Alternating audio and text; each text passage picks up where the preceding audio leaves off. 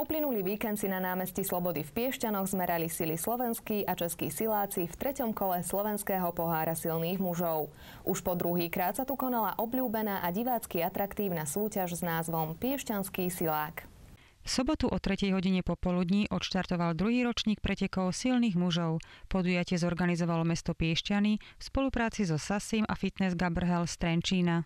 Mesto Piešťany teda fandí týmto silákom a vďaka primátora a vďaka mestu a okolo primátora ľudí, ktorí sú, tak želali si tento druhý ročník. Minulý rok sme to robili prvýkrát, teraz to robíme druhýkrát.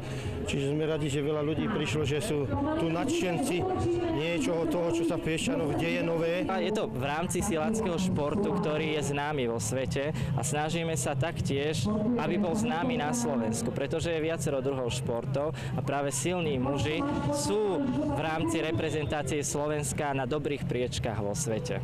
A sme veľmi radi, že práve toto kolo sa koná v meste Piešťany, ktoré je veľmi známe ako kúpeľné mesto a chceme taktiež spestriť nielen športom, ale aj kultúrou.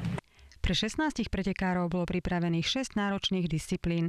Medzi ne patrilo zdvíhanie klady nad hlavu, prevracanie pneumatiky, držanie piešťanských bariel v rozpažení, zdvíhanie sudov, priťahovanie aut a nosenie putní. Išlo o náročné disciplíny, no pre silákov neboli žiadnym problémom. Tak dnes sa tu zišli pretekári, ktorých síce už niektorých poznáme, a niektorí aj noví, a tak podávajú štandardné výkony, niektorí veľmi dobre, takže v podstate sme spokojní. Od začiatku tohto ročnej sezóny sa do boja o slovenský pohár silných mužov okrem domácich súťažiacich zapojili aj pretekári z Českej republiky. To sa pozitívne prejavuje na kvalite výkonov športovcov, ako aj na zvýšení konkurenčného prostredia. Najväčším favoritom bol bez pochyby Peter Cox z Českej republiky, ktorý už v prvej disciplíne nasadil latku veľmi vysoko. O namáhavosti pretekov svedčí aj to, že do posledných dvoch disciplín nastupovalo už len 12 borcov. Tady po tom sportě, že cvičíte, tak večer usnete ani nevíte jak. A je to docela náročný fyzicky. Je to hodně fyzicky náročný, trénuji 6krát týdně a hlavně je to finančně náročný. Prečo je to finančně náročné?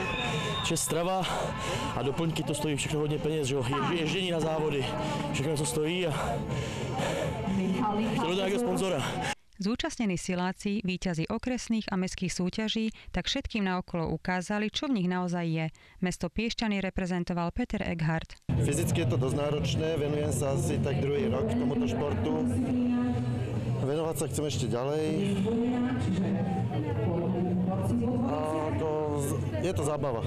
O nič iné nejde, len sa zabaviť. Piešťanským silákom roku 2008 sa stal Peter Cox z Českej republiky s počtom bodov 82. Na druhom mieste skončil slovenský pretekár Michal Petrík s počtom bodov 70,5 a tretiu priečku obsadil taktiež Slovák Imrich Haver so 64 bodmi. Ceny im odozdala herečka Mária Kráľovičová, ktorá bola čestným hosťom podujatia.